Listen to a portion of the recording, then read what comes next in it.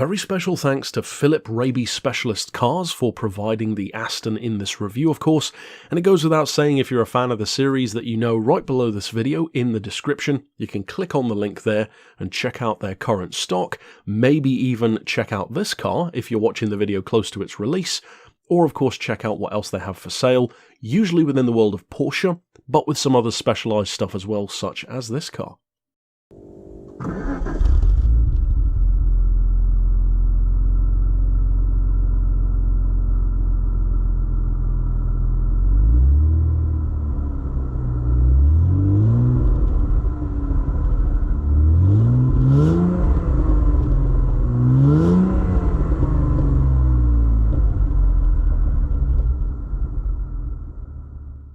As we draw near to the end of November and the 2021 season of Beards and Cars, if you will, begins its drawing to a close, this is easily going to be, for me at least, one of the standout cars from the year. This is one of the best surprises I've had while driving a car in 2021 when comparing expectations to how a vehicle actually felt. Because the DB7 for a long time was, in all honesty, an Aston which I never had that much interest in. It just, for whatever reason, never did it for me.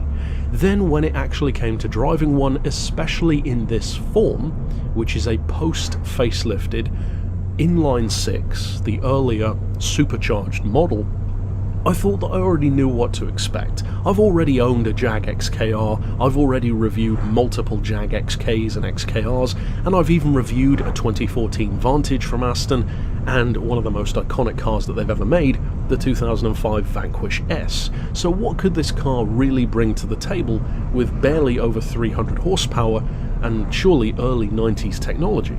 Well, spoiler alert, this is one of those occasions where a vehicle is so much more than just the sum of its parts, and especially so much more than the sum of its spec, because on paper the early DB7s, by today's standards, don't even sound that quick. I mean, spoiler alert, this car does 0 to 60 in 6.5 seconds. That's barely quicker than my first car, the Volkswagen Touareg V10, which did 0 to 60 in 6.9, as verified here on the channel. That doesn't sound very impressive for an Aston Martin, but the curious thing is, you have to of course remember that this is early 90s we're talking about, but also, it doesn't feel like a 6.5 second car, because the way it delivers its performance feels a whole lot more engaging than that. And as some of you know, for quite some time I've believed that Aston Martin and Maserati actually share a very similar place in the market, wherein neither of them are the most affordable option, neither of them are the fastest option, and neither of them are certainly the easiest to live with. However, they both have that wow factor. They look special, they sound special, and they feel a cut above cars which are more affordable. Could I have purchased a, for example, Jag XFR instead of my Maserati Quattroporte? Of course I could, but I got the Maserati. Could you purchase a Jag XKR for less than a DB7? Absolutely. But this is an Aston, and it does feel different. And for those who are a little less familiar with the DB7, I think this is actually a backstory which is worth knowing, because it's a pretty fun one. A common misconception about the DB7 is it's something of a Jaguar ripoff or an XK parts bin special. It actually couldn't be further from the truth, and even I used to think that, but get this. This car actually originates with Tom Walkinshaw of TWR, a pretty famous name in the UK. He loved racing the Jaguar XJS, but he wanted a more modernised version of that idea. He proposed the vehicle as a project to Jaguar first, but they weren't interested because they didn't have the finances to take the risk at the time in the early 90s. So instead, Ian Callum designed the car, one of his earliest designs, and it ended up being an Aston Martin instead. So in fact, the DB7 predates the Jag XK, which is something not many of us probably knew about or realised. Now, here's where it gets real fun. The DB7 debuted to such overwhelmingly positive buzz and great success for Aston Martin. In fact, from 1994 to 2004, during its run, they sold 7,000 of them, which is a huge number for Aston, in of course multiple forms, that Jaguar actually saw a couple of years after its release just how successful this idea had become will in effect force their hand into developing their own alternative, the XK, a car which of course I've also reviewed here on the channel, and I said in that review I was really keen to see how this one compared, and of course we'll come back to that in just a second. Now, the funny thing is, because Jaguar then made the XK, which as the XK always does undercut the Aston on price, it then forced Aston's hand to update the DB7 into its faster V12 form, once again taking it higher than the Jag in terms of performance, panache, and making it a full-on exotic GT again in comparison to its best rival. So I love how these cars have had almost this constant back and forth. So in effect, even though many of us Jag owners don't realise this, we actually have Aston to thank for the XK. But with that little history lesson out of the way, let's go back for a second to the performance and to the spec, because these earlier cars, this one for example is a 1998, so it's one of the final inline sixes. They ran from 94 to 99 because after the introduction of the V12 and the Jaguar, they lost sales on those, which is understandable. It had been outclassed by itself by that point in its 12-cylinder form. These earlier cars though, with a 3.2-litre supercharged inline six, an Eaton supercharger, put out 335 horsepower and 361 pound-feet of torque. So one of the rare occasions where you have a car with more torque than power. Certainly a vehicle to my taste then. That's about 490 Newton meters of torque, for those who prefer that unit of measurement. Now the performance, as I said, doesn't rock your world by today's standards, up around 160 miles an hour that is, and a 0 to 60 time, as I mentioned, of about 6.5 in this automatic form. Now because this is 90s technology, this is one of those occasions where the manual is quicker. The manual car can do 0 to 60 in about 5.7 seconds, which is actually a lot more impressive for a 330 horsepower vehicle. This one, as I said, is about 6.5, and then the later versions of the autos, around 1997, this one included, had a quicker version of that automatic. Now, the initial cars only had a 4-speed, which again sounds just prehistoric by today's standards, but even the one that I was driving, which as I said is a 98 with the newer V12 facelift applied to it, you'd never guess it was a 4-speed, because I love the gearbox in this thing. In fact, one of the biggest drawbacks of both the Vantage and the Vanquish, which I drove, is how clunky they felt. In the case of this one, it feels suited down to a T to have an automatic, not just because it's a good auto, but because it suits what the car is actually like. This isn't some highway tearing, lap time shattering Porsche GT3 style machine. This is the epitome of a gentleman's GT. This is 100% an old man's car, quote unquote, which just so happens to be some of my favourite kinds of car, because I love a car that you can appreciate at all speeds. If you buy a vehicle that needs a track day to get the most out of it, then I'm sorry, but that doesn't impress me. If you buy a car that needs to be pushed to its limit just to have a smile on your face, then I also probably won't ever buy one. If you have a car though that you can just sit in and feel this is special, or just look at it and think that is a piece of art, or just cruise in it and feel like you're about to pull up to the Met Gala, to me that's far more impressive. That is exactly what, as I mentioned earlier, Astons and Maseratis do offer. They are just a cut above in that way. This fully lives up to that. And interestingly, one of the things which surprised me the most about this car, in terms of how good it was, is actually the handling. This thing handles so well, especially for something that's comparatively using such old technology by today's standards. It feels great through corners. In fact, here's another hot take for you. I think it's infinitely better than the handling on the older Jag XKR which I reviewed. That car was a little soft and wallowy compared to the newer XKR which I owned. This car from the 90s honestly feels almost as good as my 2007 car did.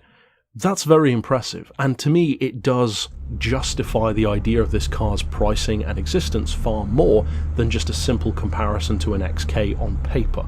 These cars are so much more than their on-paper numbers, and this is a prime example of that.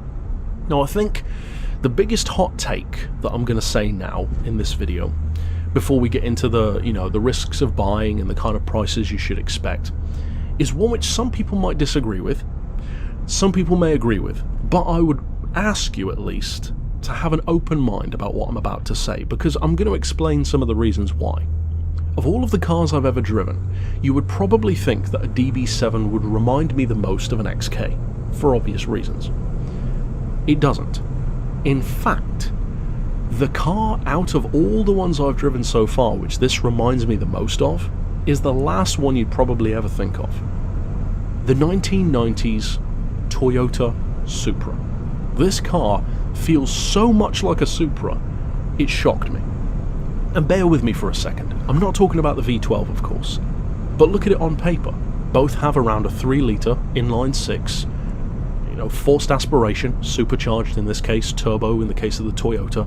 They both have that classic little bit of early 90s to mid 90s lag, and then really spools up that power and torque to shove you in the back. They're both smooth and comfortable and poised and completely under control at all times. They're both comfortable and far more refined than they really need to be within their bracket of motoring, and they both have performance which exceeds their on-paper numbers. They even have a kind of similar shape, both being GTs with a very swoopy, pretty look to them. Now ironically, the Supra's worth a lot more than the DB7 these days, which is kind of crazy to compare a Toyota to an Aston in that way, but if you haven't driven both, I would strongly recommend it, especially in their stock forms.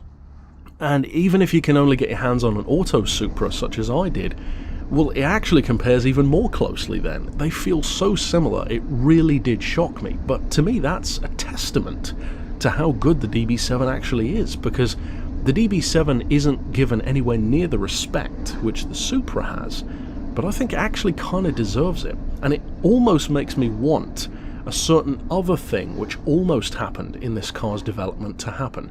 In the earlier stages, it was actually proposed that instead of using this platform that they did, essentially a strong evolution of the XJS, it was proposed to possibly have a variation of the Ford Escort RS Cosworth's all-wheel drive system. What a machine that would have been. And even with an inline-6, I don't think a Jag XK would have really competed with that through corners. I mean, it's already better in my opinion, but imagine an all-wheel drive Aston. I'm sure some people would have hated that, but I would love to have seen that. Part of what I would love to see is actually, what if Aston Martin sourced the engine from Toyota? Imagine a 2JZ Aston. It would have sounded very similar, the performance would have been more than adequate, and you could feasibly have seen modern Astons with 1,000 horsepower. Now, of course, that never happened, but what then in terms of that actual ownership? Because, engine issues, electrical issues, all of these could plague a vehicle like this. So what are those potential issues? What kind of costs should you be expecting? And what can you use this for? That's a key point here.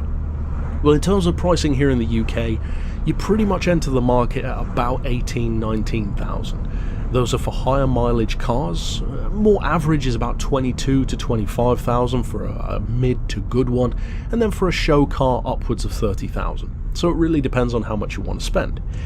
The yearly costs are going to be high. And of course that will depend on how much you use it, and that is a crucial difference. This is a critical difference and a massive advantage for the Jaguar. Now, I'm probably going to do a showdown video between a Jag XK and an Aston DB7 at some point, but I'm not exactly sure when that will be.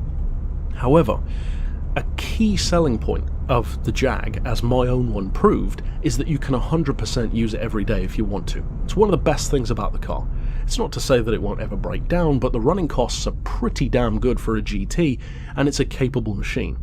You don't buy an Aston to use it every day. Some people do, but most people don't. With the Aston, it's kind of the inverse of the Jag.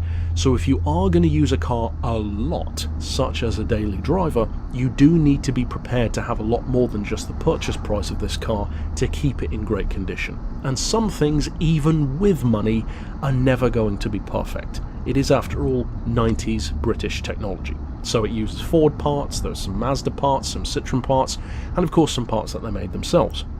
The most common issues that these cars have, though, doesn't tend to be with the engine.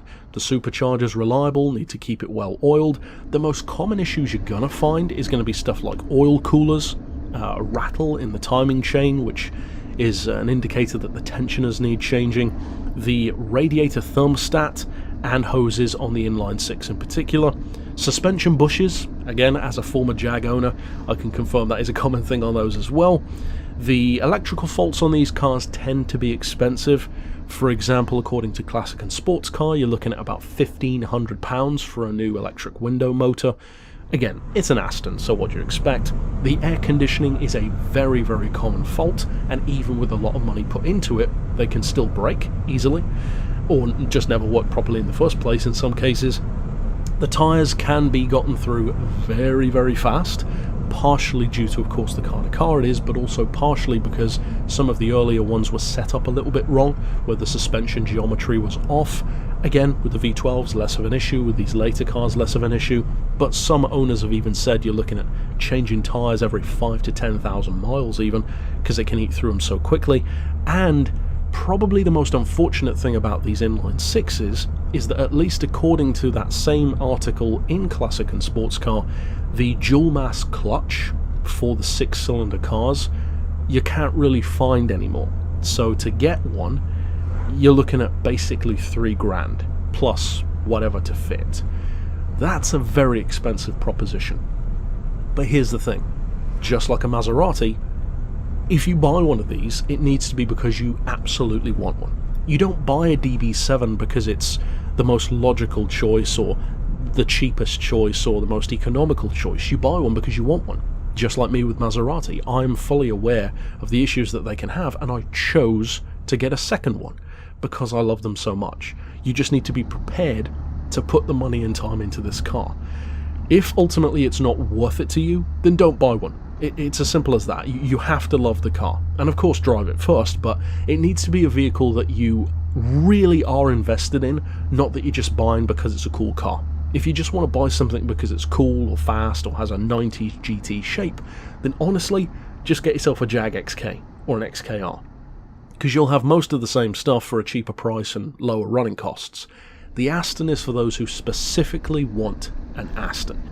Now, not to ruin the good vibes of this review so far, because it is an overwhelmingly positive review for the most part, I do need to mention that there was one clear drawback for me.